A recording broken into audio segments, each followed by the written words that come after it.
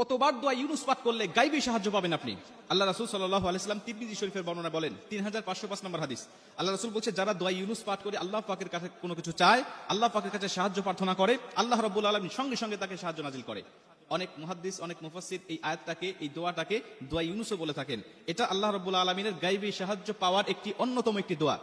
তিরমিজি শরীফের বর্ণনায় আল্লাহ রাসূল সাল্লাল্লাহু আলাইহি ওয়াসাল্লাম বলেন, আমার ভাই ইউনুস আলাইহিস সালাতু ওয়াসসালামকে যখন নৌকা থেকে যখন সাগরে নিক্ষেপ করা হয়েছিল, নৌকা থেকে যখন তাকে সাগরে নিক্ষেপ করা হলো, তিনি পানির নিচে পড়ে গেলেন।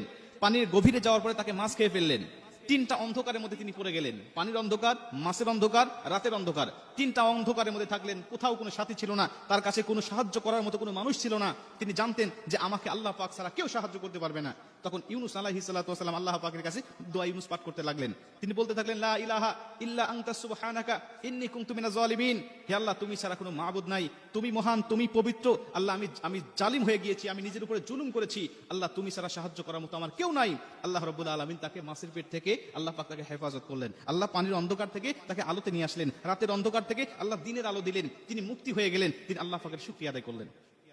মুসা আলাইহিস সালাতু ওয়াসালামের জামানায় এমন ঘটনা পাওয়া যায়, এই দোয়ার মাধ্যমে আল্লাহ পাক তাকে অনেক পরিত্রাণ দান করেছেন। আল্লাহ রাসূল সাল্লাল্লাহু আলাইহি ওয়াসাল্লাম বলেন, তুমি যখন এই দোয়াটা পাঠ করে, অর্থাৎ সূরা আম্বিয়ার 87 নম্বর আয়াত, এই লা ইলাহা ইল্লা আনতা সুবহানাকা ইন্নী কুনতু মিনাজ জালিমিন, এই আয়াতটা তুমি পাঠ করে আল্লাহ পাকের কাছে সাহায্য চাইবে, আল্লাহ পাকের উপর অবধারিত হয়ে যায় তোমাকে সাহায্য নাজিল করা। অনেকে বলতে পারেন, হুজুর কতবার তেলাওয়াত করবো? আমাদের সমাজে বলে যে 100 বার, 1000 বার, বা 1 লক্ষ, বা 16 লক্ষ, 75,000, বিভিন্ন সংখ্যা আমাদের সমাজে কিন্তু বর্ণনা আছে। কিন্তু আল্লাহ রাসূল সাল্লাল্লাহু আলাইহি ওয়াসাল্লাম বলেন, আমলের সাথে, ইখলাসের সাথে যদি কোনো আমল করা হয়, এটা একাধিক করার প্রয়োজন নয়। আখলিস দীনাকা ইয়াকফিকা লা আমালুল কলিল, আমল যদিও অল্প হয় কিন্তু ইখলাস যদি তার ঠিক থাকে, ওমান ইয়াতাওয়াক্কাল আলাল্লাহি ফাহুয়া হাসবু, আল্লাহর উপরে যদি পরিপূর্ণ তাওয়াক্কুল তার থাকে, আল্লাহ রাব্বুল আলামিন অল্প আমলেই তার দোয়াটাকে কবুল করতে পারে।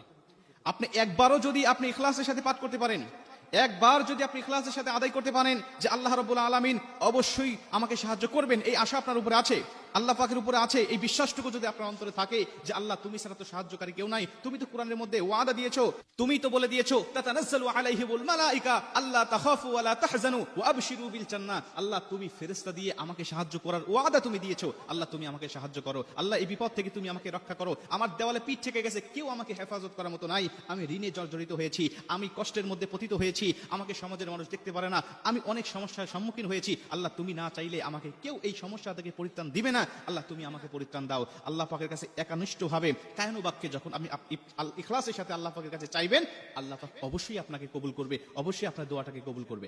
এজন্য দোয়া ইউনুস, লা হাওলা ওয়ালা কুওয়াতা ইল্লা বিল্লাহ, এই সমস্ত দোয়াগুলো আল্লাহ পাকের সাহায্য পাওয়ার একটি অন্যতম মাধ্যম, আল্লাহ পাকের সাহায্য পাওয়ার একটি অন্যতম মাধ্যম, অন্য